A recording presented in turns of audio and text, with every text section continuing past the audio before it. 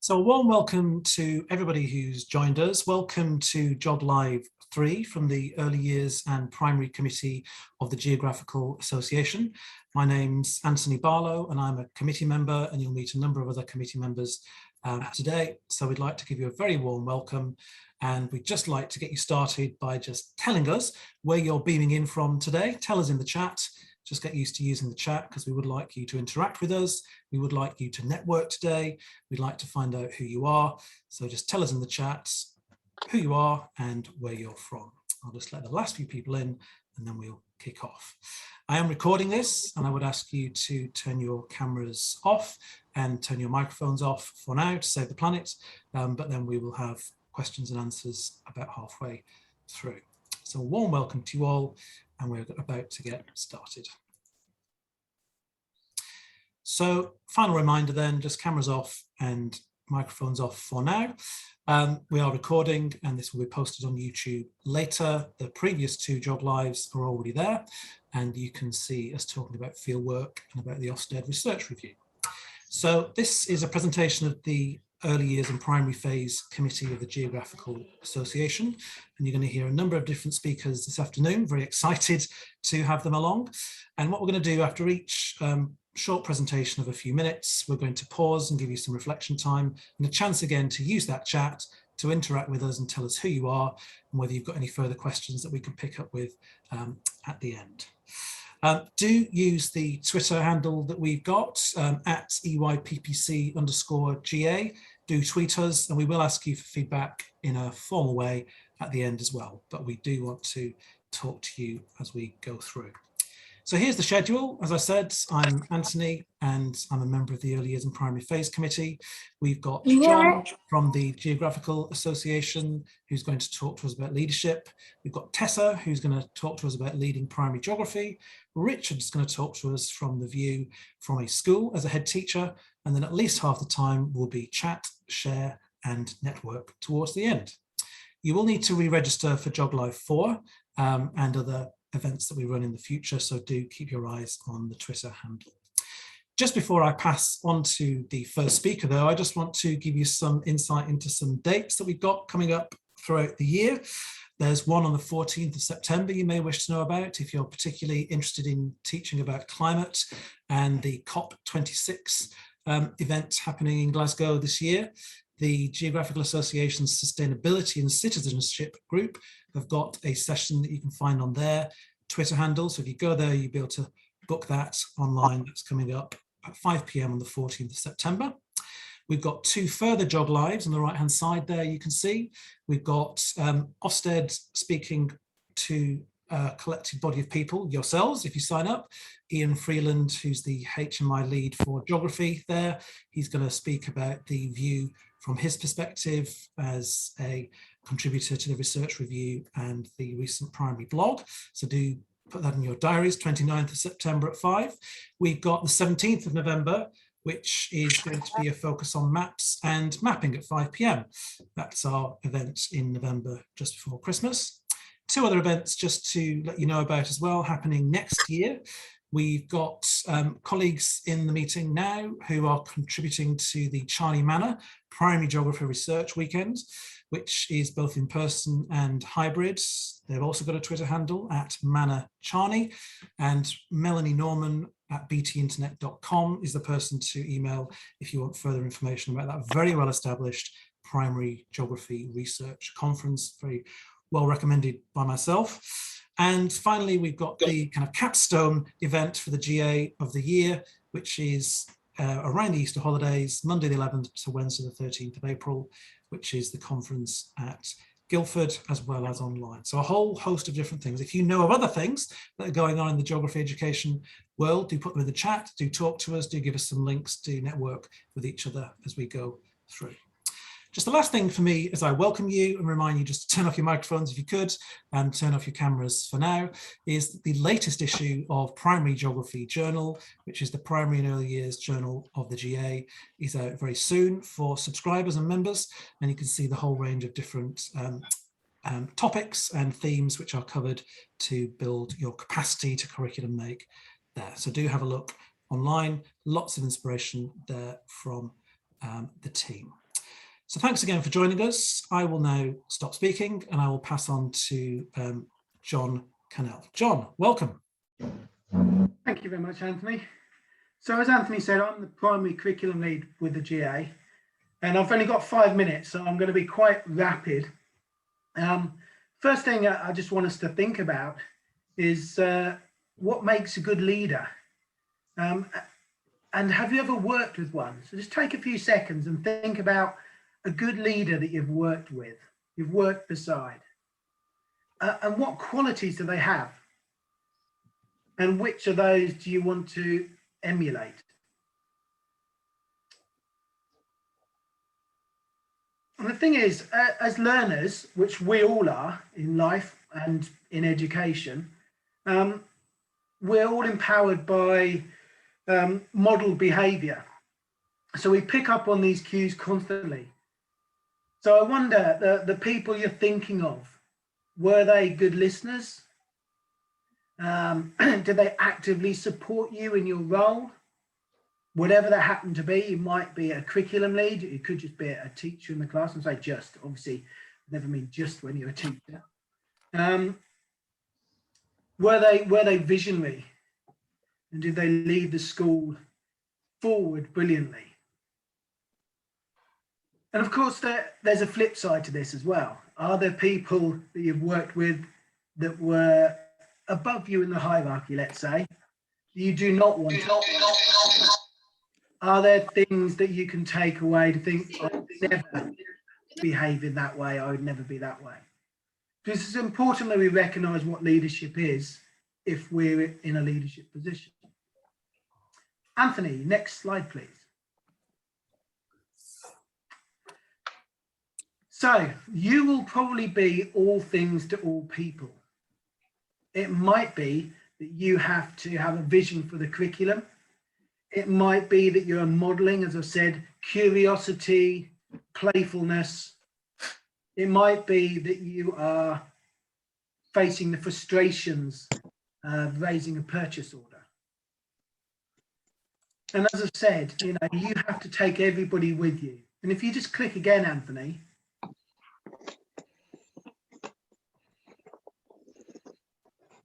This could be your team. You know, they're all in different positions, all at different stages of their career, all have different feelings.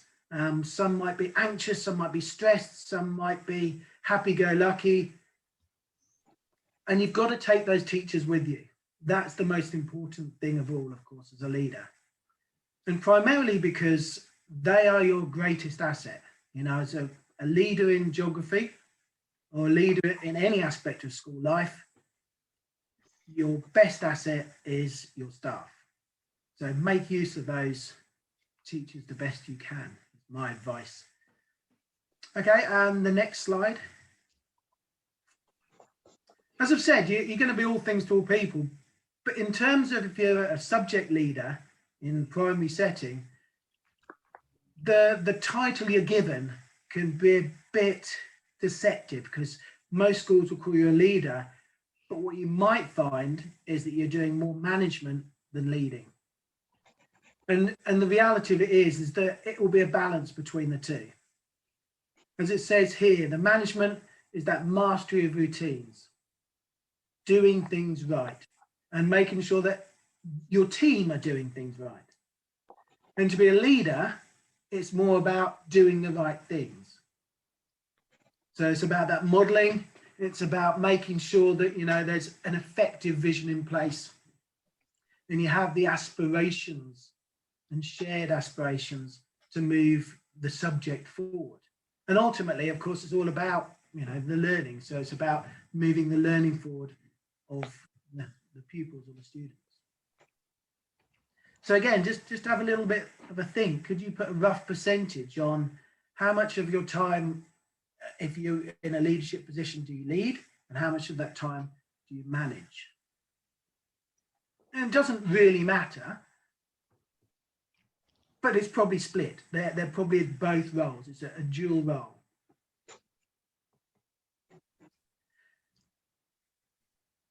Next slide, Anthony. Thank you. So importantly, what we're here to do is support you. As teachers, we're here to support you as leaders.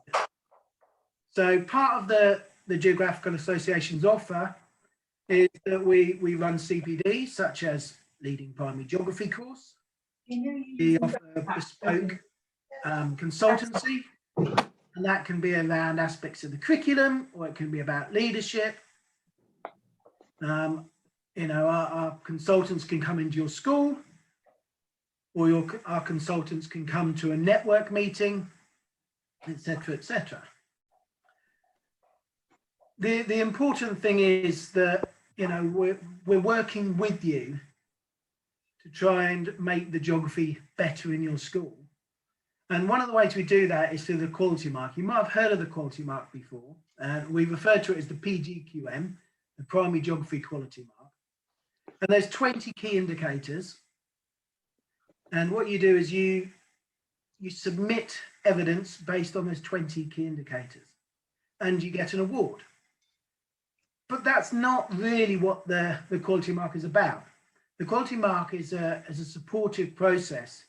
So we use something called PebblePad, and there are, I don't know, 50 pages of supporting documents and advice in the background of PebblePad that you can look at. There's exemplars from past applications. And the idea is it's not just a certificate, it's a piece of professional development, and it's a way to move your school forward with us in support. And we host 2 or 3 webinars, and we've got a Facebook group to ask questions. So it's not just about the certificate at the end, it's about the process. As I said, there are 20 key indicators, and this is one of them because it's divided into sections that sort of parallel. Sorry about that. The practice now has been I off thought with somebody talking. Offset. If you can hear me, could you just make sure you turn off your microphone, please? Thank you. So it's sort of parallel to Ofsted, and section D is about leadership and management. And this one in particular I picked out because it reflects again what I've just been talking about, that sort of dichotomy between managing and leading the subject across your school. And the final slide, which Anthony will click through to now, is just a starter to get you thinking really about how you could raise the profile of the subject. Because it's important part of being the leader of the subject that there's an awareness of what the subject is. And part of that is just to put things like little pop-up displays along the corridor, interactive things to get the children and the teachers engaged in the subject. There's a list of, I don't know, 7 or 8 other ways that you can raise the profile of geography. And I'm sure lots of people have got many other ways. So that's me. I said, Anthony just said, I've just got 5 minutes just to sort of get things going and get us thinking about leadership and introduce the GA. So hopefully I've done that for you. Obviously put any questions into the chat box and I'll try and get back to you on that. Thanks, Anthony. Thank you, John. Thank you very much to start us off. Welcome to anybody who's just joined us since we started. This is being recorded, so you'll be able to catch up after the facts. I'll just leave that on the screen for another moment, because I think if you're considering being spoken to by SLT, maybe considering the Ofsted deep dive, those are the sorts of ways that you could maybe raise geography's profile in the school. And again, if you've got any great ideas, any other top tips for how to raise geography's profile as a subject lead, we know how hard it can be sometimes, do put those into the chat. So just a bit of thinking time and a moment for you to put something in the chat if you want to do that. And we'll move quite quickly on to our next speaker. Thank you to John. We're going to move on to Tessa Willie. Tessa, welcome to you. Thank you very much. Thanks, Anthony, and thanks, John. That's a really helpful, I think, way to look at the difference between leadership and management. It's really, really useful. I'm Tessa Willie, and I'm Deputy Programme Lead on the Primary PGCE at UCL Institute of Education. And it's really great to see so many of you. I can see there are 87 people here. It's absolutely fantastic. And it just shows the incredible commitment that you've got to the subject. And I think especially important in these sort of really challenging times when so much seems to have been turned on its head, that geography really is a subject that can help us get through some of those challenges and to see a way forward with the children that we work with. So a huge thank you to all of you for all that you do with geography and with the children that you teach.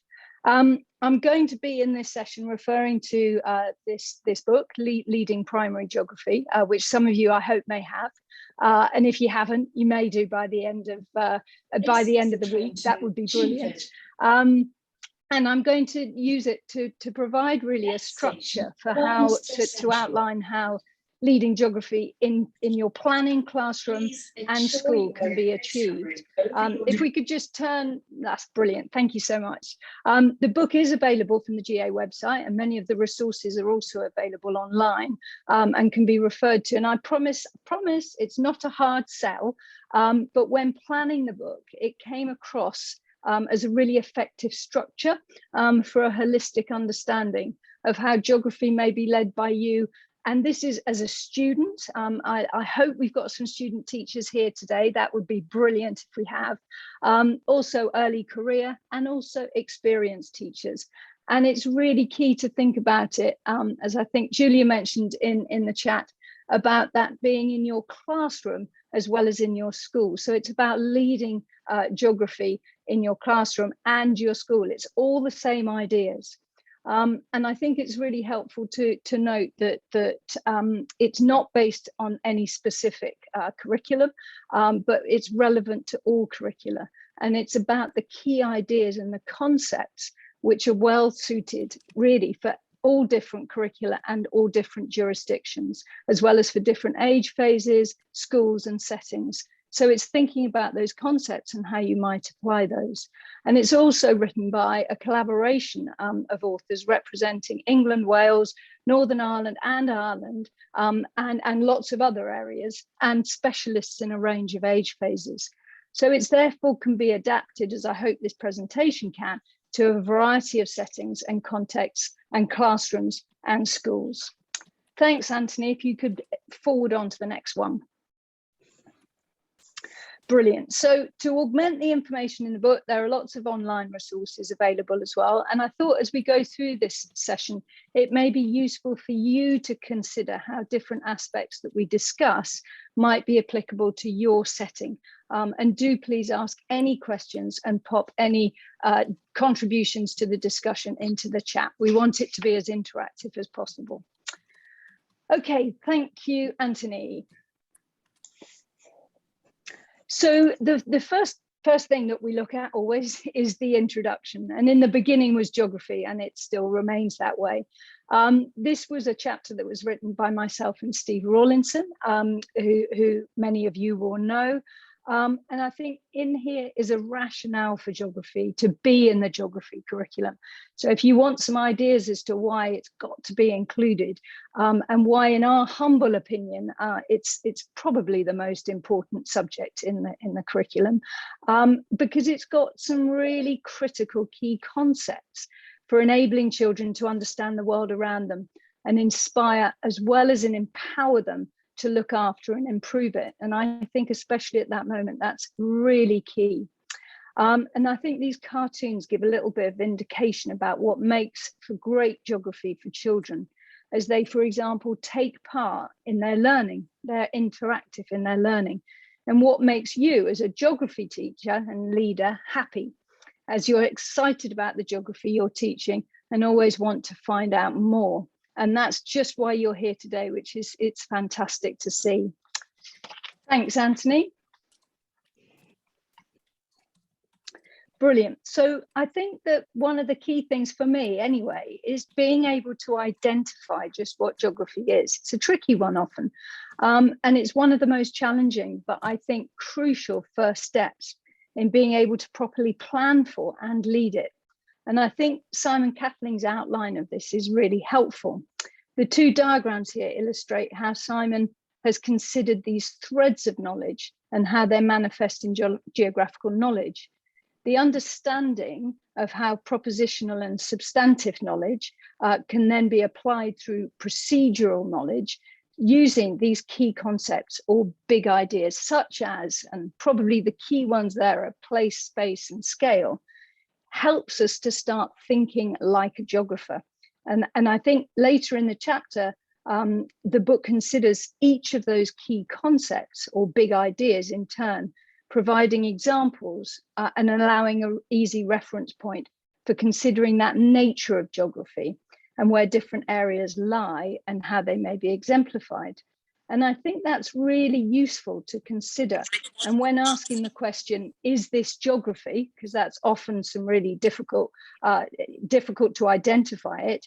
I think if you think about, well, can I see one of those big ideas in there? Then you can answer the question, yes, it is geography. If it's something about the environment and the environmental impact and sustainability, is it about scale? Yes, it is about geography in that case. So some really nice ideas, I think, there, which are useful to hook into. Thanks, Anthony. Brilliant. So, sorry.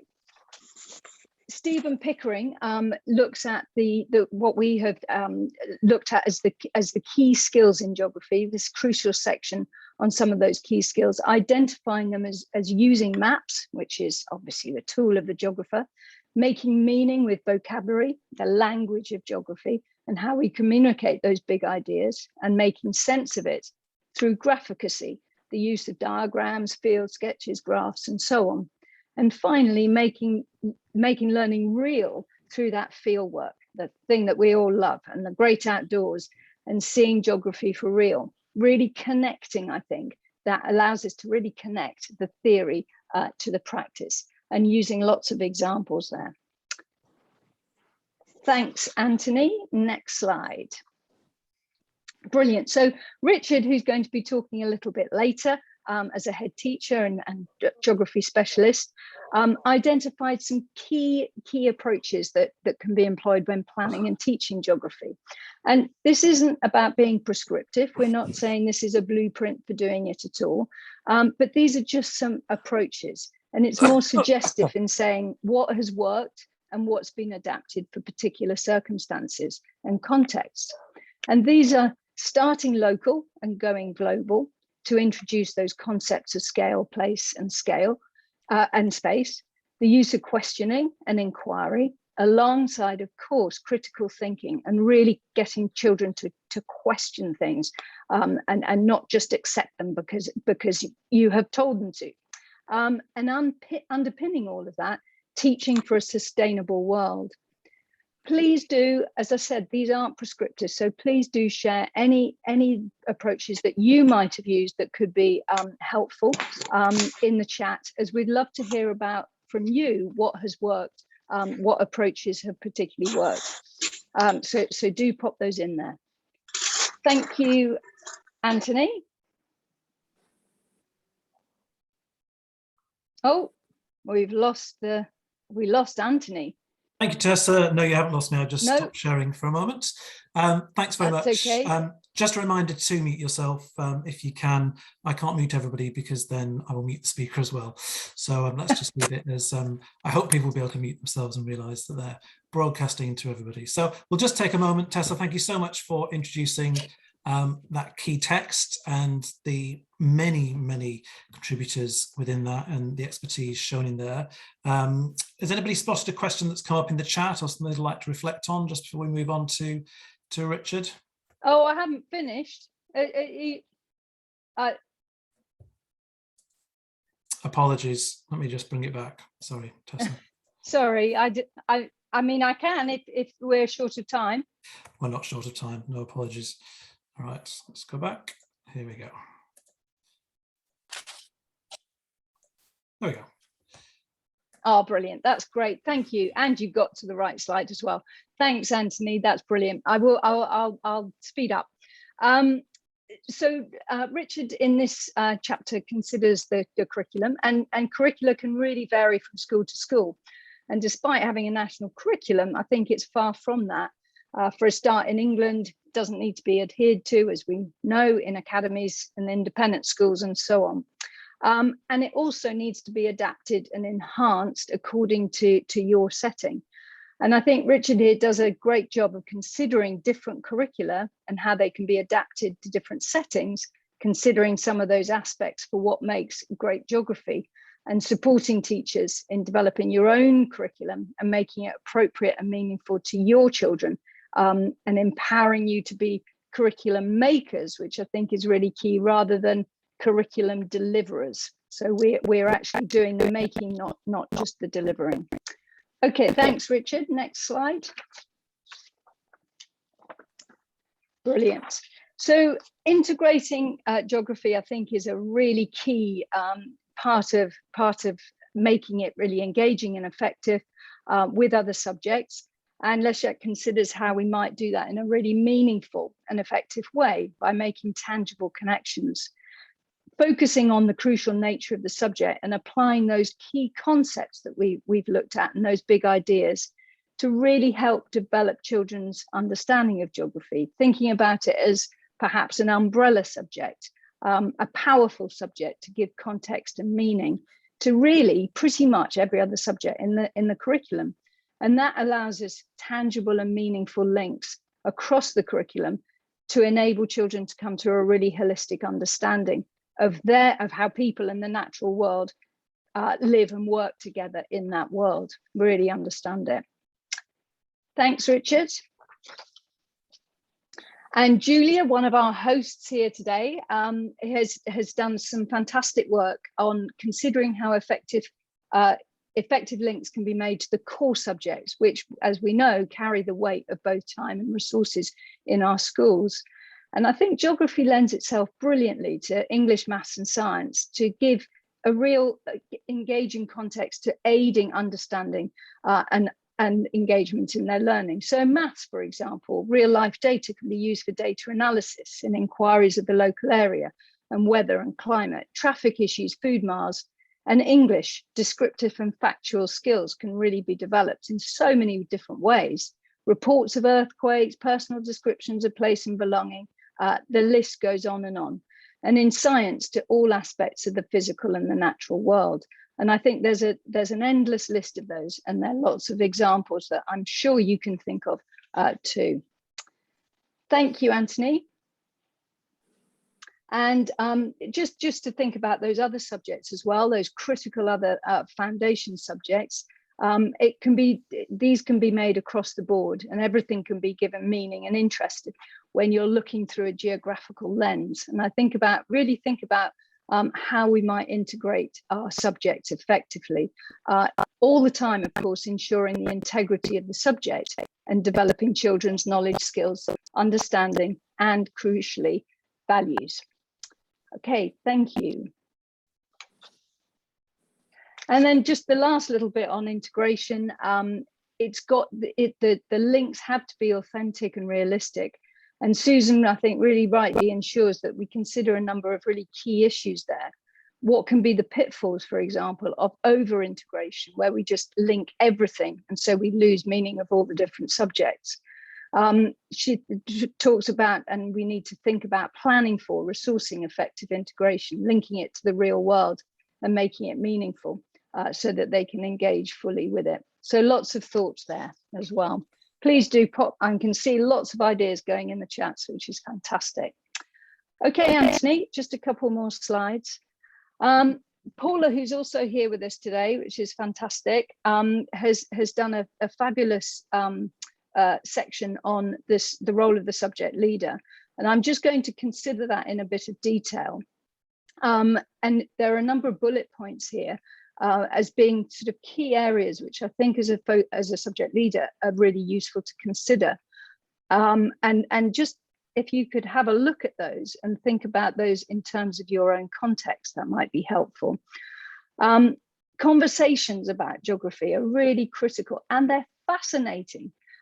Think about who you're talking to about geography, trying to include everyone, and thinking, of course, about the children. What do they think about the subject, and what do your staff think about it, especially new staff? You can get some really great ideas. What do your governors think about it? What does your head and your SLT? Try to get everyone talking about it.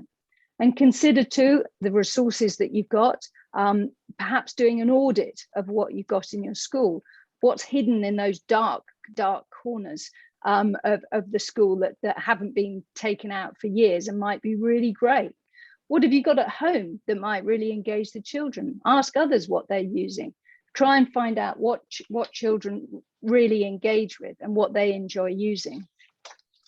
What do you want to develop, and who else can you involve?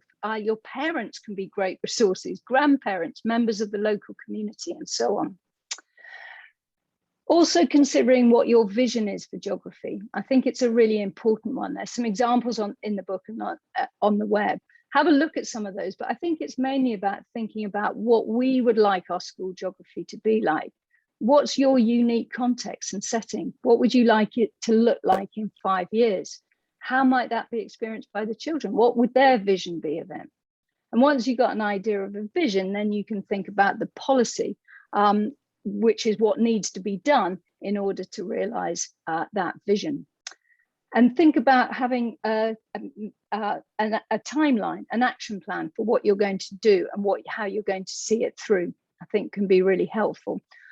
Think about also your recipes for success. What are the ingredients going to be that you put into your planning? What are the methods that you're going to be using? And how can you be a real curriculum maker with all of that? Got to consider, of course, assessment and progression and how that will be most effectively done, so that it can feed into this dynamic nature of the subject, which I think is really helpful. Really important as well, I think, to let everyone know how geography is going. Celebrate geography in your school, share the children's successes with the parents and wider community, and think about how you can perhaps empower other members of your staff, sharing ideas in twilight sessions perhaps, and thinking about some short footage of ideas of what's worked with children in your class, pointing staff in the direction of great professional development, and really critically sharing your copies of the Primary Geography Journal, because there's lots in there and you can have discussion around those and sharing that. QA can be really informal and can include, for example, popping into other classes, talking to children about what they're enjoying, knowing what they're doing, and offering ideas and support. And all of these are really helpful for teachers and student teachers, I think, in your school. Preparing for inspection. I think having lots of examples and keeping geography in the forefront of children's conversation. And that's great ongoing practice anyway. And finally, if you haven't already, just as John mentioned earlier, think about going for the PGQM, getting involved with the Subject Association, joining the GA paid or free membership, and attending conferences just like you're doing now, which is brilliant. Engaging with websites, Twitter communities, and all sorts. And I think there's a huge amount of potential here and lots of exciting things to get your teeth into and to start thinking about. So it's a really exciting thing to get into and not one to be worried about. Okay, just a penultimate slide, please, Anthony. And I'm just going to leave this up just for 30 seconds or so, just to have a look at. And these are just some different priorities that Paula has come up with for your curriculum and in your class and school. And consider, just bearing in mind your context, which ones you'd prioritize. And this could be a really useful exercise that you do perhaps with your team to get them to think about. You could do a Diamond 9 and think about which ones would be most important to prioritize, and you could embellish those. You could put lots of detail into them to really plan out your curriculum and what's going on. There are a couple of spare boxes there. Any thoughts again could go into the box about what's not been included here. So totally appreciate that not everything's there, or any thoughts and ideas could go into that. I'll just leave that just for a minute, just to have a think about less than that, a few seconds. Let's think about which ones are really key for you. Okay, thanks, Anthony. And just on to the last slide. I just want to really reiterate that this is about all primary geography teachers, and those working towards becoming a primary geography teacher, the student teachers amongst us. We're all leaders of primary geography in the classroom and planning and teaching. And it's really important to remember we're leading those ideas and the initiatives and inspiring children to engage and participate. We're doing much more than just facilitating, we're leading the subject. And I think you can look at it as being a combination of the sage on the stage and a guide on the side and some. So it's about leading in any and every context, not just for the subject leader, but for everyone in your classroom. And if you let your passion for geography really shine through with an optimistic, but I think realistic approach is important too. You'll lead your learners to really realize their aspirations and get to love and enjoy geography. So any points there, please do pop down. I'm looking forward to reading some of the things in the chat, and thank you all very much. Thank you so much, Tessa. Thank you for your inputs. Absolutely. Without a vision for tomorrow, hope is impossible. And just to echo the thanks for everybody for coming along tonight, possibly the first day of school, possibly the day before you go back to school for many of you. So really great to have you on board if you've just joined us and I've signed you in over the last few minutes. So you've missed Tessa, you've missed John, and now you're not going to miss Richard Hatwood, head teacher. So a very warm welcome to you, Richard. I will just get your starting slide and we'll say, glad you touched down in one piece. Welcome to GeogLive. Thank you. Thanks, Anthony. Thanks, everyone. It's lovely to be here with everyone. I'm Richard Hatwood. I'm the head teacher of All Saints School, which is a primary school in Gresford up in North Wales. So I'll be talking a little bit through the Welsh context. So welcome, croeso to any colleagues from Wales this evening, and hopefully colleagues from across the UK and wider will find this useful. If that's the next slide, Anthony, please.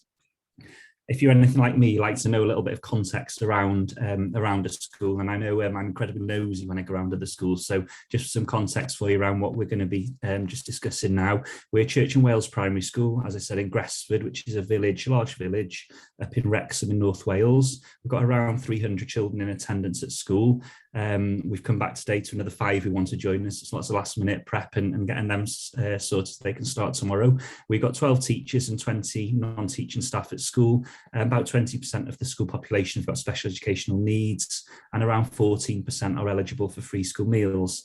I was appointed in November 19.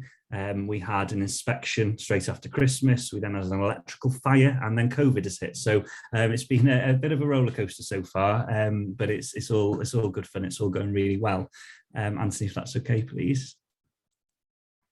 And I think one of the things that we found at school, and one of the things I wanted to speak about, was why is leadership so important? And it really does create the space for that subject to grow. And I'll openly admit I'm a control freak, and I've had to learn really quickly and really sharply to ensure that I'm distributing the leadership across the school. And I've put that pyramid in there because each level of leadership within the school, from pupils to class teachers, our middle leaders, the senior leaders, the head teacher, and above that, governing body, improvement services, etc., are all really, really important. And having space for each tier of the leadership structure allows the subject to grow without having buy-in from the head and senior leaders. That vision struggles to be shared across the school. Without having that buy-in and understanding that vision from our class teachers and our subject leaders, there's nothing to work with and nothing for us to move onward with.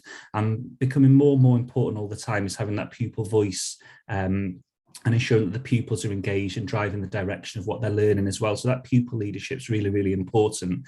And I saw a really nice quote from a colleague in another school just before the summer holidays, where we talked about it's a pupil influenced curriculum rather than a pupil led curriculum, because I'm really quite keen that you only know what you know and you don't know what you don't know. And as teachers, we've got a duty to make sure our children are receiving a broad and balanced curriculum, and their influence into that curriculum we feel is really, really vital. But if they don't know something, or they haven't yet been exposed to something, they're not going to know if they want to learn about it or not.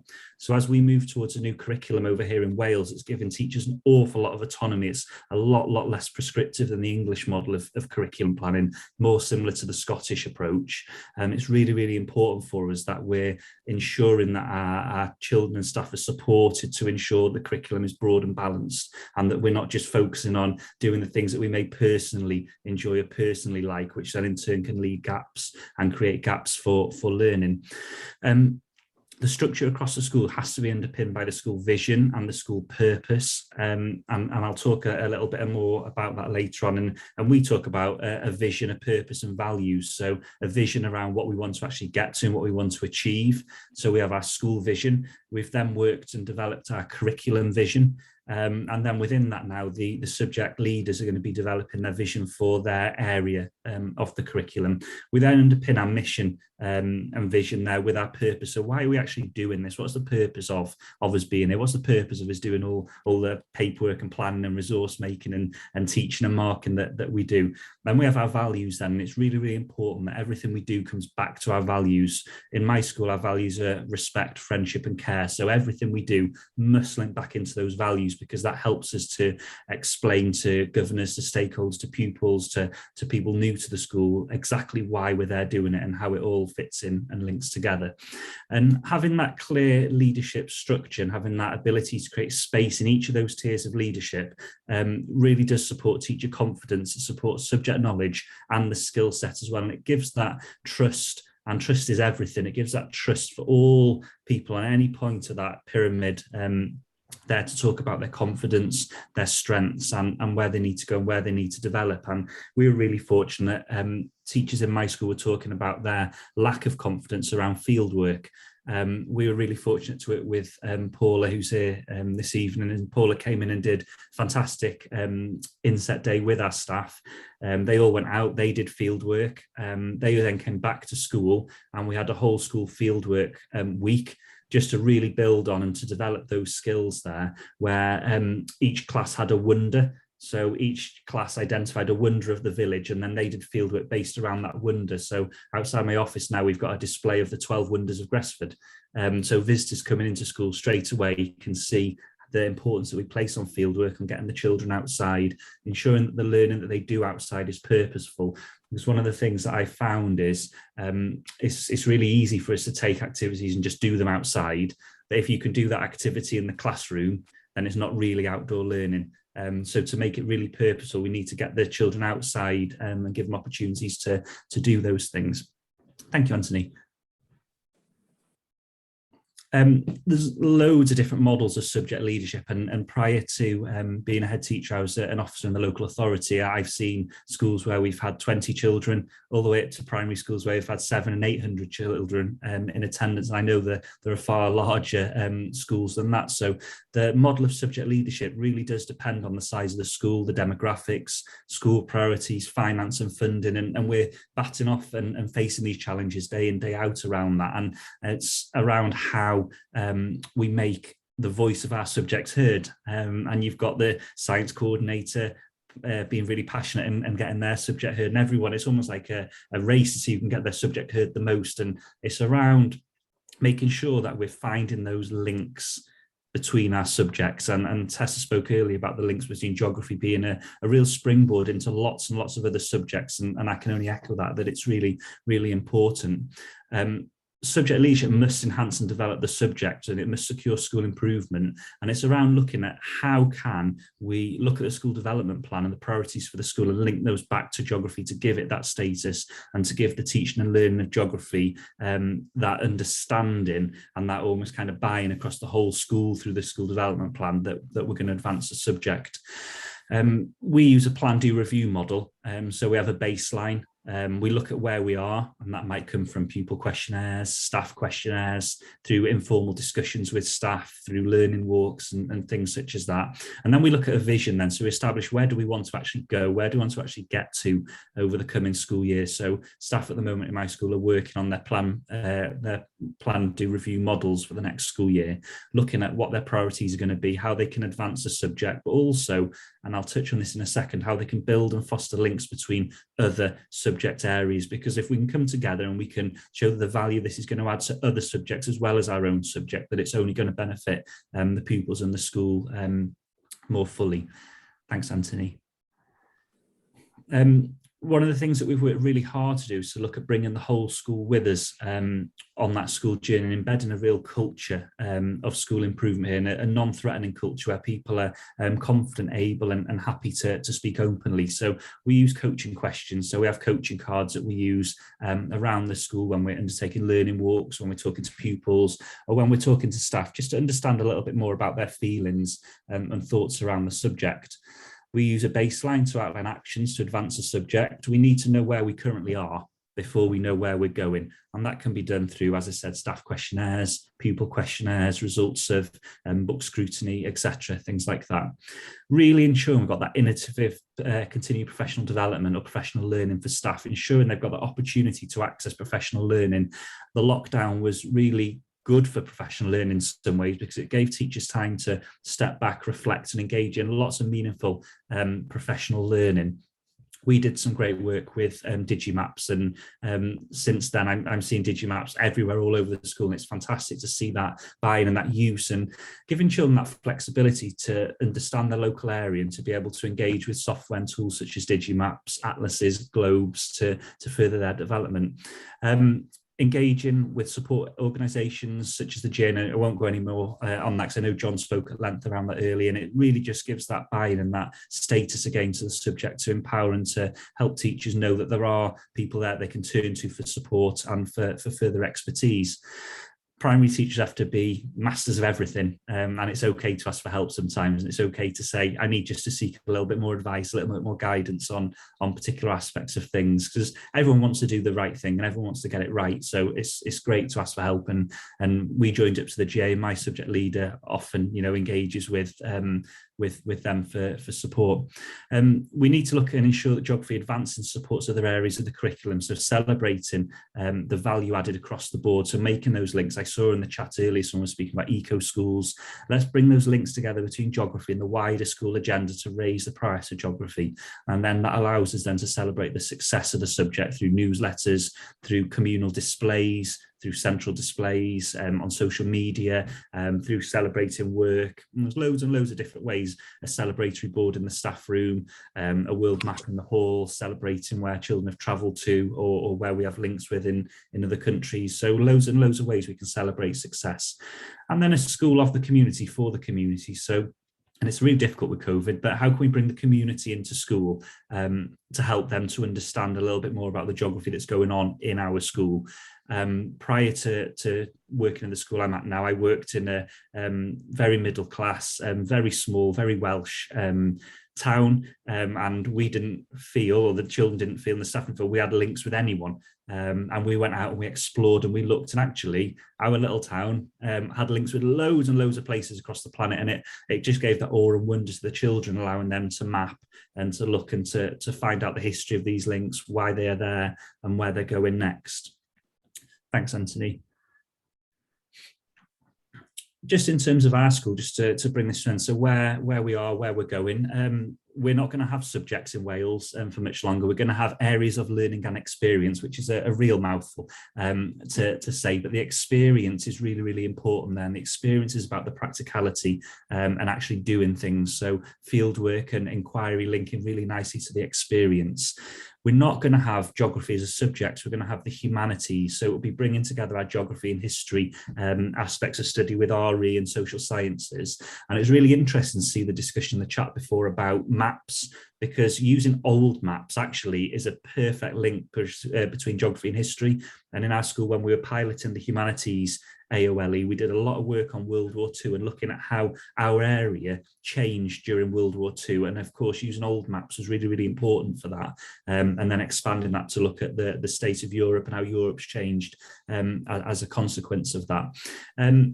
Cynefin is a word in Welsh that we use, and it's around our habitat, our place, where we belong. And Cynefin is a focus of the new curriculum. And what that's all about, and it links back to what I was writing the book for Tessa, was around if we give our children the ability to apply their skills in an area that they're familiar with, it'll be much easier for them to then apply those skills as they build them up and they become more confident with them in things that they're not familiar with.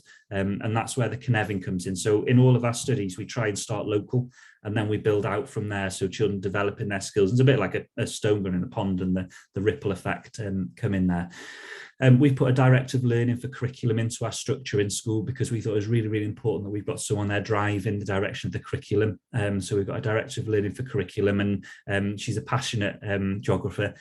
She's written a piece for primary geography, and it's due to be published soon. She's very excited to see it in print. And we've worked with the humanities as our pilot because our staff felt really confident and comfortable working with the humanities, and they'd already done a lot of work around bringing the geography and history aspects together, so they worked well, and they developed that one. We have action plan then, as I said, our plan D review, and the action plan translates the school development plan through the focus of that area of learning experience. So when we share the school development plan, the humanities lead then will go off and they'll translate that development plan through the humanities lens into actions for them. So it all links back together. So going through everything, we have that golden thread of school improvement, because one thing that I hate, I know teachers hate, is just documents everywhere that have no link together, and they don't feed and support each other. So we always need to make sure that we've got a golden thread of school improvement going through everything, that it all links back to our school development plan, and that we have clear focus on ensuring that the child is at the centre of everything that we're doing, and that everything we're doing is improving outcomes and learning for our children in school. That's me done, I think, Anthony. Richard, thank you. Thank you so very much for being our final speaker.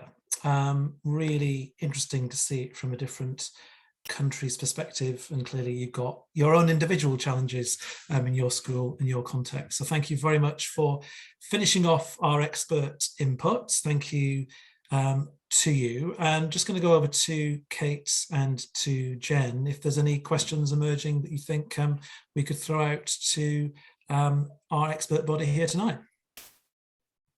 I think one of and there's been people advising in the chat, so people have posted questions and there's been feedback. One of the questions was about non-specialists and how either subject leaders engage non-specialists and get them enthused about geography, or how do people get themselves enthused about geography if it's something that they're not particularly passionate about. What kind of things would people recommend? Like I say, people have been answering, but any further ideas I think would be appreciated. So if anybody wants to wave at me to give any response to that, help for non-specialists, and we need to accept that most teachers in primary might class themselves as non-specialists because we are generally generalists. Richard. I think I clapped then. I wasn't clapping myself. I clapped instead of waving. I think sometimes it's really good to have a non-specialist, because what that does is it breaks down that fear that some of the teachers may have that other person knows everything there is to know, and therefore they're not nervous to go and ask that person for advice themselves. So we'll quite regularly subject leaders around in school, because we think it's really important to give them all opportunity to expose themselves to new areas of learning and experience. So it's great to have a subject specialist because you've got a wealth of understanding and information, but we've got a wealth of subject expertise here. There's a wealth on Twitter. There's loads of other sources as well that you can access that specialist information from. And having a non-specialist actually can help break down barriers we found in our school.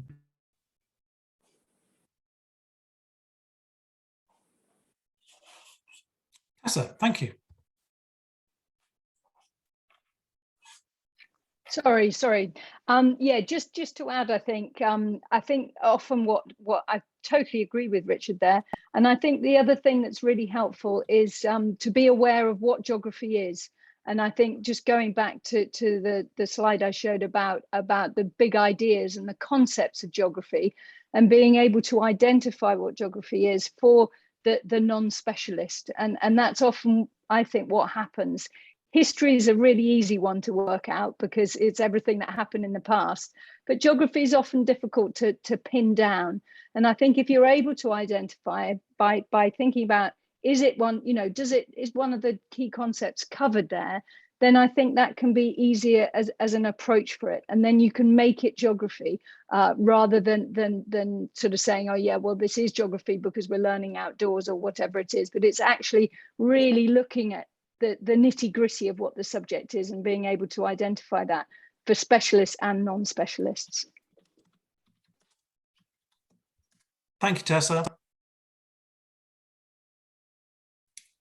Julia. Hi, everybody. Well, lots of people have been making suggestions about how non-specialists can develop their own subject knowledge and understanding. One of the things that I would really recommend is actually going and walking around your local area just to see what's there. Many teachers arrive at school by car, leave by car. Often the children have a much better knowledge of what's in the immediate local area. Just walking around your grounds, walking around the area immediately beyond your school with a map, preferably. You can download a map from Digimap, or you can look at some other map and just see what's there. And usually always actually, you'll find a wealth of opportunities for geography. I'd like to really recommend Richard's project on the wonders of his village. That is something that could be replicated anywhere, and it would really help everybody to see that their own spaces, their own place is special and particular and of value. And that is a great message for children and the immediate community to hear. Thanks, Julia. Jen, anything emerging from what you've been seeing from the chat? There was one actually about when we're saying that we're starting local, going globally. Does that mean, would you do that in a single project or across the school as a whole progression? There have been some responses in the chat as well, which have been really useful, but it might be good to get everyone's take. So when we say start local, go global, kind of what do we mean? Yeah, when is it appropriate to introduce global contexts? That's a really meaty question, because often we have those in reception class, don't we? We talk about hot places and cold places, and we do that alongside going to the park. So it's a difficult one, isn't it? It's a really interesting one. Julia.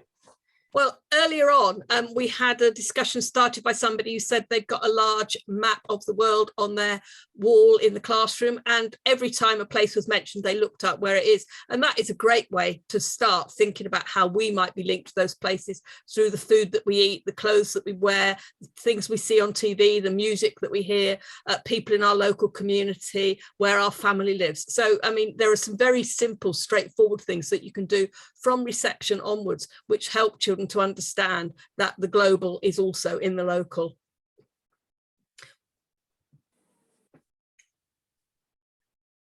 Thanks. A lot of love for Digimaps coming through the chats. Lots of resources there online. Great training as well being mentioned. Anything else? Anybody else wanted to wave at me to say anything? Richard.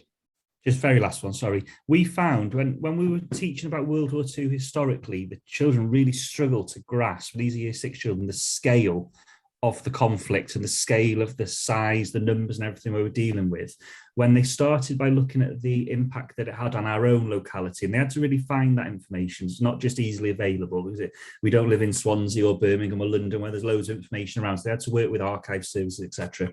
It gave it so much more meaning for them. And then it made it a lot easier for them to make those comparisons when they looked at the scales. So they all found, and they all had a link to someone from World War II. So they all brought photos in or you know, artifacts and things, and these were displayed. And they didn't, some of them had some really famous links if you trace back their families, and they didn't understand the severity or the gravity of these people. So starting local really gave them that platform to understand the impact that their place had on the conflict and the wider thing. Thank you, Richard. So thank you to all our speakers. I'm just going to throw one more question out to anybody who's got a response to this one. Tessa mentioned the ideas of integrity and authentic learning, and kind of challenge this idea that geography is everywhere. Geography is everything. Has anybody got any comment on how to be a subject leader with integrity, with a set of values that's been mentioned already by Richard, and the idea of really authentic, grounded learning? Anybody got any thoughts on that?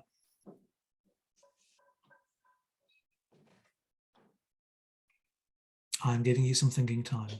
Because I think Julia's idea about going on local walks, going repeatedly, looking rather than just seeing, is really, really valuable, and I would really advocate that. And it seems like a strange thing to go on a staff meeting and taking people outside, but that dialogue that you have walking side by side with colleagues is very, very different to sitting in a room doing insets, looking at a PowerPoint.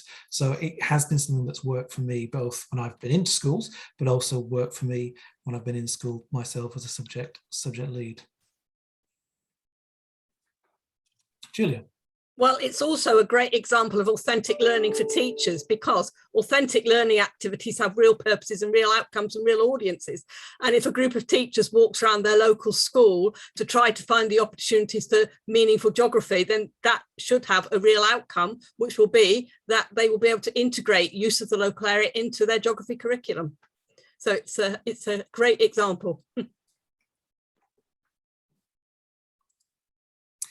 Thank you. So it's just gone 6 o'clock. I think we will wrap this up for tonight. It's been a long day for some of you, and it will be a long day, maybe a long week for some of you as well for the rest of the week. So I'd like to say thank you for joining us. I'm just going to share my screen again just for some final notes as we conclude. Do keep using the chat. Not many people have told us where they're from, so do feel free to network that way if that's something that's useful for you. It is sometimes making those connections locally that can be really insightful through things like this. There may be somebody down the road that you didn't even know was there.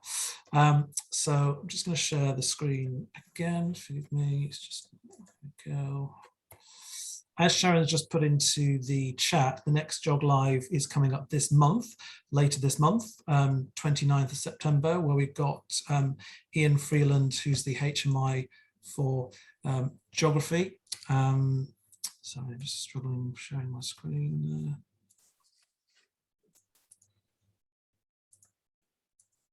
There we go.